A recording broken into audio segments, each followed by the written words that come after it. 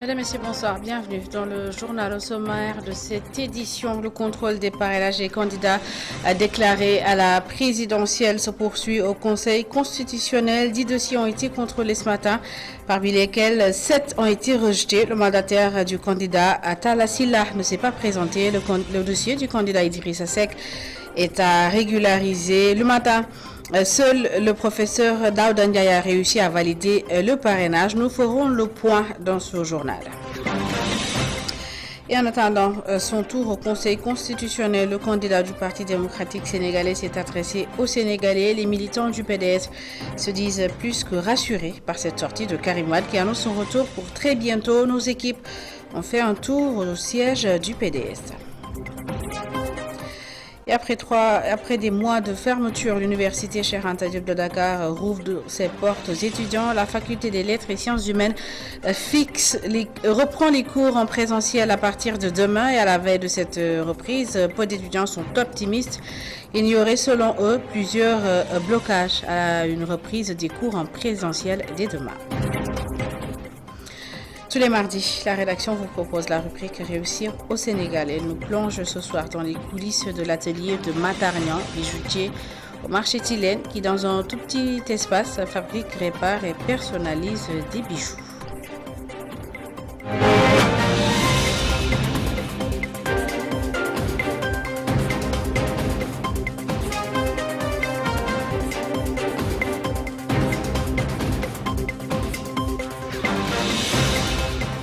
Vous le disiez tout de suite, après des mois de fermeture, l'université Cheikh Anta Diop de Dakar ouvre ses portes aux étudiants. La faculté des lettres et sciences humaines démarre dès demain la reprise des cours en présentiel. Et à la veille de cette reprise, à la Médina, par exemple, à l'immeuble Diez, dans lequel logent des étudiants, peu sont présents.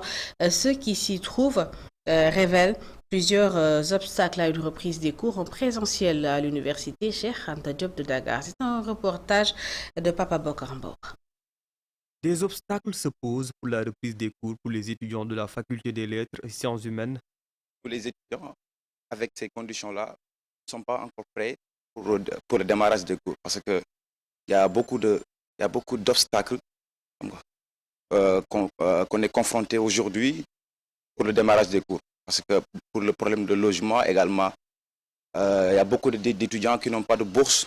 Logement et bourse au centre des préoccupations avec la fermeture du campus social de l'UCAD. Même ceux qui habitent la région de Dakar ne sont pas épargnés des difficultés pour faire cours. Beaucoup d'étudiants se logent dans les quartiers un peu éloignés comme Kermassar, Pikine, etc. Le déplacement pour venir faire ici des cours à CICES ou bien au Maurice de la Fosse, ça sera très difficile. La reprise pour les étudiants de la faculté des lettres risque de se faire à compte-gouttes à cause de l'abandon de certains. Ça fait un bail que nous sommes absents dans le campus pédagogique que dans le campus social. Ce qui fait que beaucoup d'entre les étudiants ont déjà abandonné. Les logements sociaux sont actuellement désertés par les étudiants. Ceux qui y sont présentement vaquent à d'autres occupations. Rien ne laisse croire à une reprise effective des cours ce mercredi. Dans l'actualité politique, le contrôle et la vérification des parrainages des candidats déclarés à la prochaine élection présidentielle se poursuit au Conseil constitutionnel ce mardi matin. Sur les 10 dossiers qui ont été vérifiés, seuls 7 ont été rejetés. Le mandataire du candidat Talla Sylla ne s'est pas présenté. Le dossier du candidat Idrissa Seck est à régulariser avec 8 doublons externes. Seul le professeur Daouda Ndiaye a réussi à valider son parrainage. Le point avec Abraham Paul Pouy de retour du Conseil constitutionnel. Parmi les 10 dossiers de candidature examinés, 7 dossiers rejetés et les dossiers invalidés par la commission de contrôle des parrainages. Les candidatures invalidées sont Bakessar, Aliou Sarr, Ibrahima Amidou Dem, Cheikh Mamadou Abdoulaye Dieye, Omar Silla, Cheikh Abdoulaye Mbaké et Jean-Baptiste Diouf. Les dossiers sont rejetés parce qu'ils n'ont pas atteint le nombre de parrains requis. Pour le candidat Omar Silla, le Conseil constitutionnel ne pouvait pas exploiter la clé USB. Pour le candidat Tall Silla, son mandataire ne s'est pas présenté devant la commission. Seul le candidat Daouda Ndiaye a validé le contrôle des parrainages. Il a validé son dossier avec plus de 46 000 parrains. La vérification des dossiers se poursuit justement au Conseil constitutionnel. Les 10 autres dossiers sont en train d'être vérifiés. Pour le moment, le dossier du candidat Aliou Mamadou Dia, candidat du Parti PUR, a été validé. Le candidat Idrissa Seck a lui validé avec plus de 38 000 parrains. Il a seulement 8 doublons externes à régulariser selon son mandataire Asbabakar Gueye, que je vous propose d'écouter. Séance de rattrapage comme en 2019. Alhamdoulilah, on a validé le nombre de régions, ce qui était plus difficile, le nombre de régions à plus de 2000, on l'a dépassé, donc on l'a réglé. Mais par rapport à nos doublons externes, nous devons faire un effort supplémentaire d'ici la fermeture pour pouvoir véritablement atteindre le minimum requis. Donc je n'entre pas dans les chiffres, mais je vous donne la bonne information. Le nombre de doublons que nous avons nous permet, n'est-ce pas, de rattraper pour avoir le minimum pour le candidat président Idriss Seck. Donc nous sommes en séance de rattrapage et Inch'Allah Rabbi, le 5, après le passage de tous les candidats, nous aurons 48 heures pour remettre ça et ça nous l'avons déjà en stock. Parce que nous avions déposé 58 975 et en machine, l'informaticien avait déjà 13 000, n'est-ce pas, saisis sur place, 13 000. Il suffit qu'on puisse vérifier encore parce qu'il y a le fait non inscrit sur le fichier, c'est ça qui pose problème. Ça, c'est un grand problème. On travaille sur la base de pièces d'identité, on a un logiciel qui nous permet de dire que ces messieurs-là sont dans le fichier, mais malheureusement, sans aucune explication, on te sort un nombre, on te dit ils ne sont pas dans le fichier. Et justement, direction le Conseil constitutionnel, retrouver notre envoyé spécial Mamadou Dia. Mamadou Dia, si vous m'entendez, bonsoir. Bonsoir Aïssata Ndiaye, je vous entends très bien. Mamadou Dia? Oui Aïssata, je vous entends, bonsoir. Alors, Mamadou Dia, est-ce que vous pouvez, s'il vous plaît, faire le point pour nous? Qu'est-ce qui se passe au Conseil constitutionnel actuellement? Oui, retenez que le parti de l'unité et du rassemblement le PUR passe l'étape du parrainage avec 47 383 partis validés sur les 58 521 déposés selon son mandataire Boubacar Ndour au mercredi. Donc le PUR a réussi le parrainage. La candidature de Charles-Émile Abdoussis a été rejetée ou repellée. On peut savoir pourquoi. Nous n'avons toujours pas également vu son mandataire que nous attendons voir. Le travail de vérification se poursuit ici au Conseil constitutionnel pour les 10 autres dossiers de candidature programmés depuis l'après-midi, entre autres les dossiers de Pape Djibril Fall et de Serigne. Donc l'information là à 20h et quelques minutes, c'est que le PUR passe le parrainage, comme nous avons dit tantôt avec 47 320 parrains validés à Aïssata. Le Parti PUR, donc, qui passe l'étape du parrainage. Merci, Mamadou Dia, en direct du Conseil constitutionnel. Recalé par la commission de contrôle du parrainage, la candidate de la coalition PS Diapo, Aminata Assom Diatta, demande le recomptage du nombre de parrains de sa coalition. L'ancienne ministre du Commerce de Macky Sall attire l'attention des autres candidats sur les erreurs et la non-conformité entre les rapports généraux et les rapports détaillés. Il faisait face à la presse. Écoutons-la au micro de Babacar Seck. Donc pour ce qui est de la non-conformité du rapport général et des rapports par région, nous avons tous été très surpris de voir sur le rapport produit par la commission de contrôle que le PSF Diapo n'a validé que pour la région de Dakar. Donc, nous demandons à ce que la commission procède au recomptage des voix, mais également à ce que de pareilles erreurs ne se reproduisent pas.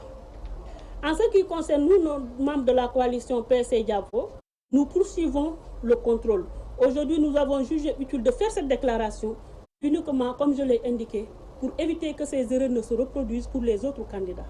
Mais également dire aux candidats, que ce soit ceux qui ont déjà subi le contrôle ou bien ceux qui vont le subir à partir de demain, de rester focalisés sur leurs objectifs et de ne pas hésiter à examiner les différents rapports qui seront produits par la commission. Parce qu'il y a une mine d'informations dans ces rapports. Et donc toujours de ne pas hésiter à procéder à une contre-expertise parce qu'il y a beaucoup d'informations qui sont fournies et qui ne sont pas exactes. Et en attendant la vérification des parrainages de leurs candidats, les militants du Parti démocratique sénégalais, eux, se disent plus que satisfaits par la sortie de leur candidat Karim Meïssa Wade qui annonce son retour pour très bientôt. Une déclaration qui vient à son heure selon ces militants qui annoncent une victoire éclatante de ce dernier à la prochaine élection présidentielle. Reportage devant le siège du Parti démocratique sénégalais avec Mame Seyna Boba. Touche à sa fin.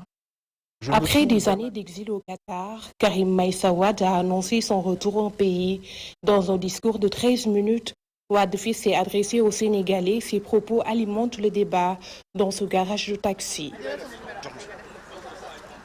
Ce militant du PDS estime que le retour de Karim est synonyme de confiance à quelques mois de la présidentielle.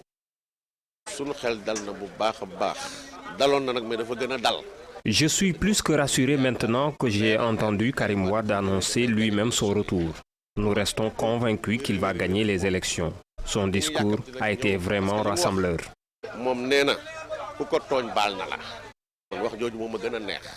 Il a suivi avec attention les propos du candidat du Parti démocratique sénégalais. Son discours a été plus que rassurant à ses yeux. Les propos de Karim Wade nous redonnent vraiment confiance. Une fois qu'il arrive et qu'il bat campagne, c'est sûr que nous allons gagner ces élections. Abdoulaye, pour sa part, invite les jeunes à venir en masse pour soutenir leur parti. Le message yi nga xamantene ni mom la ci souligner dafa bari par rapport ak temps bu ndaw bi nga xamantene ni mom la wax ak sénégalais mais lim ci souligner dafa bari donc di wo nak ndaw ñi surtout jeunes yi parce que mom daf ci insister ñi ñew adhérer wu ci projet bi. Karim Meïssa Wade est sorti de son mutisme et s'est adressé lui-même aux Sénégalais. Ses militants plus que jamais confiants attendent son arrivée au Sénégal pour la marche vers le palais. Intéressons-nous à présent au car rapide qui, au-delà d'être un symbole du transport urbain à Dakar, est un patrimoine culturel de loin, le moyen de transport le moins cher et le plus accessible dans la capitale, disponible presque à toute heure, tous les jours, sous la houlette de jeunes apprentis qui sont en permanence au contact du danger, de l'insécurité. Illustration dans ce reportage d'Ibrahim Dramé. Difficile d'imaginer comment se passeraient nos déplacements, surtout à certaines heures, sans la présence des cars rapides, communément appelés super. Ces derniers fonctionnent même les jours de fête. Selon ces jeunes apprentis, ils en profitent pour gagner plus d'argent. Nous gagnons plus en période de fête. Ces jours-là, beaucoup de voitures ne roulent pas. Nous profitons de cela pour capter le maximum de clients. C'est pour cela que nous travaillons les jours de fête. Concernant leur sécurité, le tout apprenti ne se fait pas de soucis. Debout sur son marchepied, il est d'avis que le travail comporte certes des risques, mais ils ont l'habitude. Nous avons l'habitude. C'est depuis tout petit que nous avons intégré ce métier. Nous pouvions travailler 3 mois sans même avoir le temps de nous laver. Tout cela, c'est pour nous former. Donc, on a l'habitude de prendre des risques. Leur collègue revient sur ce qu'ils pensent être le seul bémol dans leur métier. Les contrôles de routine de la police nous indisposent. Des fois, on est censé rentrer avec 10 000 francs CFA, mais on rentre avec 2 000 francs CFA. C'est très difficile pour nous. Les apprentis car rapides font le nécessaire pour tirer leur épingle du jeu. Cependant, Les contrôles de routine leur empêchent de vivre dignement de leur métier, un métier qui comporte beaucoup de risques. Le forum des As de demain a été clôturé le 31 décembre dernier. Une centaine d'élèves y ont pris part. Plusieurs ateliers de formation ont été organisés pour leur faire une immersion dans les métiers de l'avenir. Les participants ont pour la plupart été attirés par les métiers tels que l'astrologie et la robotique. Babacar Seck. Les jeunes en formation dans le cadre du Forum des As de demain sont entrés dans le vif du sujet. L'astronomie suscite la curiosité chez les élèves. Cette initiative est louable. Cette initiative est louable en ce sens que les jeunes que nous avons... Je viens de quitter un groupe où les gens me disaient « Est-ce qu'on ne peut pas prolonger le séjour ?» J'ai dit « Mais pourquoi prolonger le séjour ?» Ils m'ont dit nous n'avons pas encore, nous sommes assoiffés de connaître la suite, d'aller vers la suite. J'ai dit, voilà, c'est ce que voulait DigiPlanet. C'est susciter, en tout cas, l'engouement pour que vous aimiez davantage les sciences et que vous compreniez que parmi les filières possibles, vos filières possibles de demain, il y a aussi l'astronomie. Et une société actuelle ne peut pas se développer sans cette science. Le Forum des As a permis de mettre en lumière l'importance de l'innovation technologique grâce à la robotique. Donc actuellement, les enfants ils se sont lancés sur 3 projets. Donc l'autre, il est chargé de faire du modélisation 3D. Donc il va dessiner des objets en 3 dimensions, un peu complexes. Ensuite, il va les imprimer directement au niveau de l'imprimante 3D.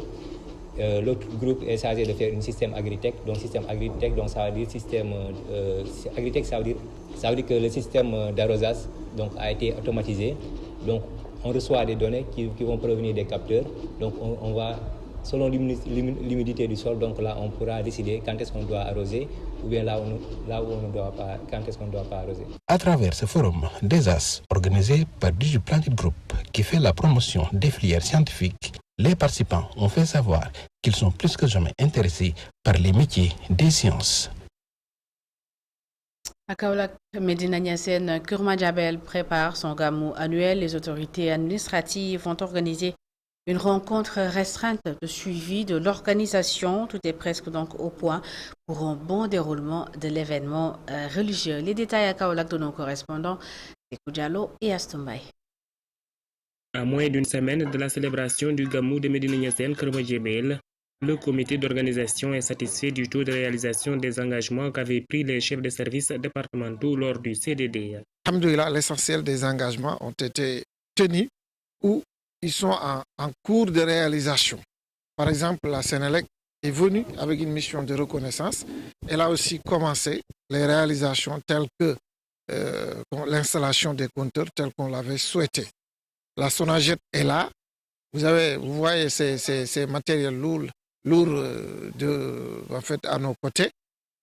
Les autres sociétés aussi qui doivent intervenir, soit elles sont déjà là, soit elles sont en bonne voie parce qu'elles communiquent bien avec nous. Donc nous avons bon espoir que tout va se terminer tel qu'on le souhaite, Inch'Allah. Les quelques manquements notés seront suivis pour un bon déroulement du Gamou, selon le sous-préfet de Wakunguna.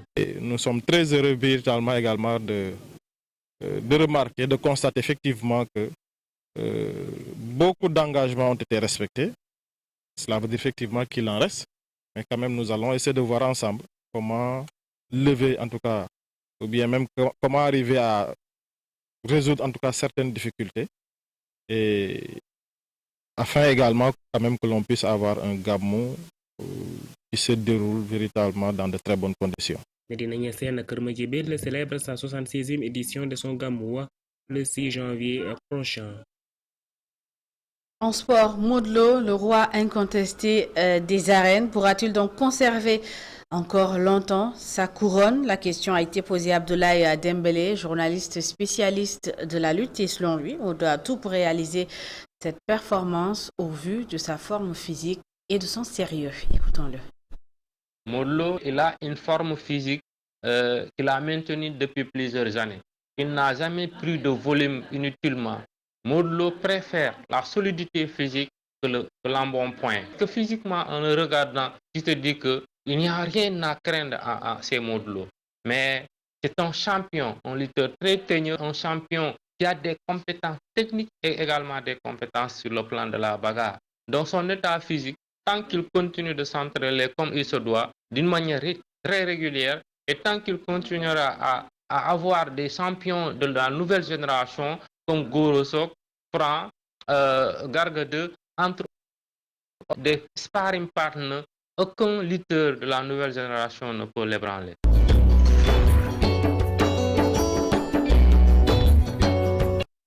À la rencontre d'un jeune bijoutier qui a réussi à se faire une place au marché à Tilène. Il s'appelle Matar Niang. Il est jeune, il est talentueux et Aïssatou Kane et Souleymane Diallo nous amènent ce soir dans les coulisses de son atelier dans lequel il fabrique, répare et personnalise tout type de bijoux. Regardez.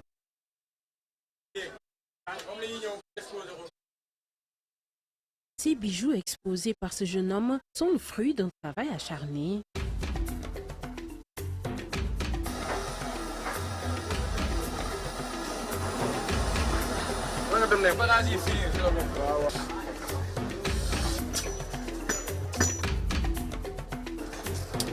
C'est au cœur de l'effervescence du marché entre les échoppes de viande et de poulet que se dessine un atelier à l'atmosphère singulière.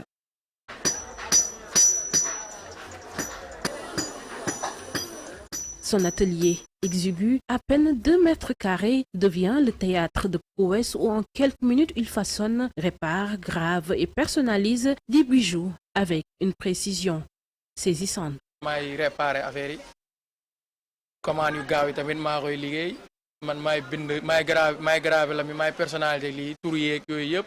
Je répare et crée des bijoux sur mesure immédiatement à l'arrivée d'un client et je prends des commandes personnalisées de tout type de bijoux. Saa nga gis ku jënd fii lam léegi ne dama ku ma ko tegal or léegi wala léegi ñun lay ñëw ñun immédiat daal la ñuy liggéey. Abandonnant les bancs de l'école, le très jeune Matar plonge dans le monde exigeant de la bijouterie, nourrissant une passion dévorante. Élève laa woon nag dem naa ba am niveau dem naa ba def BFEM mais teewul ba may def BFEM 6e bu ma jàngee ba wàcc damay dem. Ayant étudié jusqu'en classe de 3e, j'ai préféré quitter l'école en 2010 pour suivre ma passion dans la bijouterie. Aujourd'hui, je m'y consacre pleinement. C'est ma passion.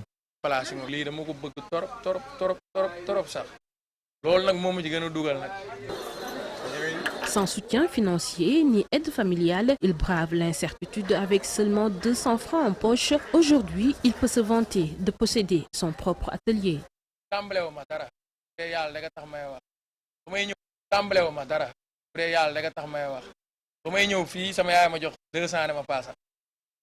J'ai débuté avec seulement 200 francs remis par ma mère, sans aide extérieure ni financement. J'ai travaillé avec détermination. Aujourd'hui, je possède mon propre atelier. Je subviens à mes besoins et à ceux de ma famille.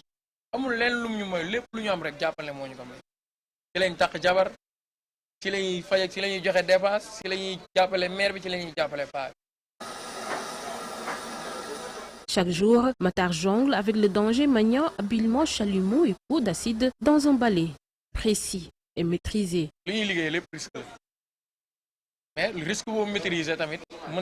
Je travaille avec des équipements potentiellement dangereux tels que gaz, chalumeau et acide dans cet espace confiné. Normalement, war nañ di takk masque di sol gant voilà mais doo ko mën ça va tàmm la liñ la jàngalee la. La difficulté majeure réside dans la gestion de l'or exploité et vendu à des étrangers pour être revendu à un prix bien plus élevé. Bi gën a garaaw mooy or ndax mënoo nekk sa réew di exploiter or bi te yow mënoo ko gis sax ba koy jariñoo. L'accès à l'or, bien que notre pays l'exploite, reste un défi. Nous sommes contraints d'acheter l'or à l'extérieur à des prix élevés. Même s'il est exploité localement, les revendeurs achètent à 37 000 francs CFA en gros. Une situation anormale non soutenue par des aides ou associations.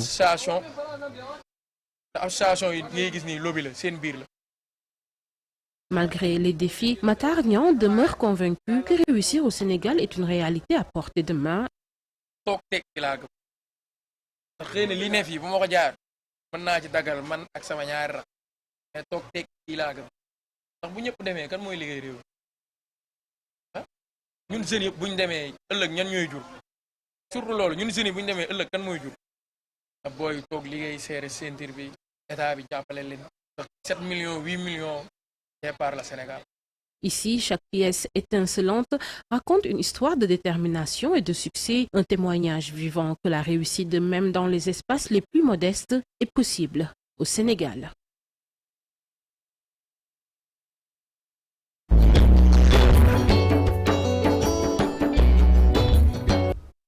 Aïssatou Kane, merci. C'est la fin de cette édition. Merci à toutes et à tous de l'avoir suivi. Merci de votre fidélité. Retrouvez tout de suite RSA, la suite avec Baba Ndiaye et ses invités. Bonne suite des programmes.